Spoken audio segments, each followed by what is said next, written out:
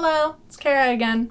The most important thing when dealing with eating disorders is to get help as soon as possible, no matter how well you might feel. If you've been engaging in eating disorder behaviors for any period of time, it's important to seek treatment immediately. An eating disorder specialist can help you figure out what level of care is proper for you. There's no such thing as not being sick enough for treatment. Often, there will be a team of people helping you fight towards your recovery. This video explains what the different levels of care look like.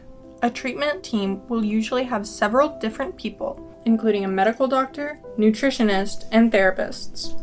Nutrition plays a big part in recovery.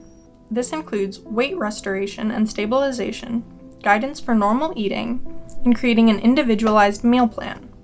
Therapy is key.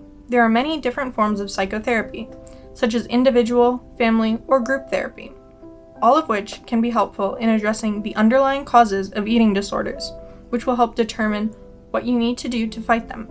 Therapy is vital because it offers the person in recovery the chance to address and heal from their disorder, learn healthier coping skills and methods for expressing emotions, improve communication skills, and maintain healthy relationships. Medication.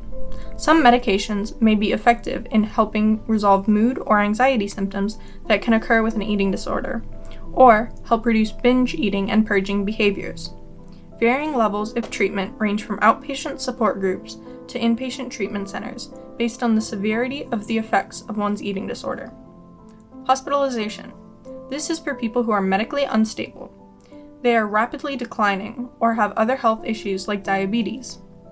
This is also for those who are extremely mentally unstable and need constant monitoring or are dangerously suicidal. Residential. This is where someone lives at the treatment center full-time. They receive all of their treatment at the center, and if needed, even schooling will take place. A person stays here until they are medically stable and ready to move to a less restrictive level of care. Just because one leaves residential doesn't mean there still isn't a lot of work to be done to heal from their eating disorder.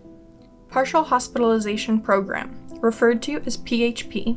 This is a treatment center that you go to up to 5 days a week, typically for up to 8 hours a day.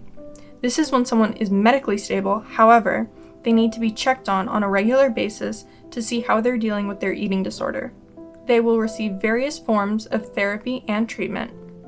They are unable to function in normal social, educational, or work situations, and they are still engaging in daily binge eating, purging, fasting, or restricting food intake, or engaging in other weight control techniques. Intensive Outpatient Program, referred to as IOP, is when one goes into a treatment center for a few hours a day, 3 to 5 days a week. This is for someone who is medically stable and doesn't need daily monitoring. They are psychologically stable and have their symptoms under sufficient control. They are also able to function in normal social, educational, or work situations and continue to make progress in their recovery. There are several forms of therapy that are helpful in treating eating disorders. When it comes to choosing a therapist, it's important to understand the different treatments they offer, because everyone is different, which includes what type of treatment they need. I tried many different forms of therapies and medications to help me manage my eating disorder. It's also very important to work with your therapist.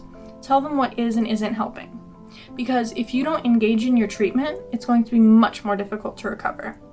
I urge you to please get help. It can change your life for the better. It did for me, and it's the best decision I have ever made. Please remember to be kind to yourself, and if you need help right now, call the hotline below. If you're interested in where to get help, go to the Eating Disorder resource page. Thanks for watching.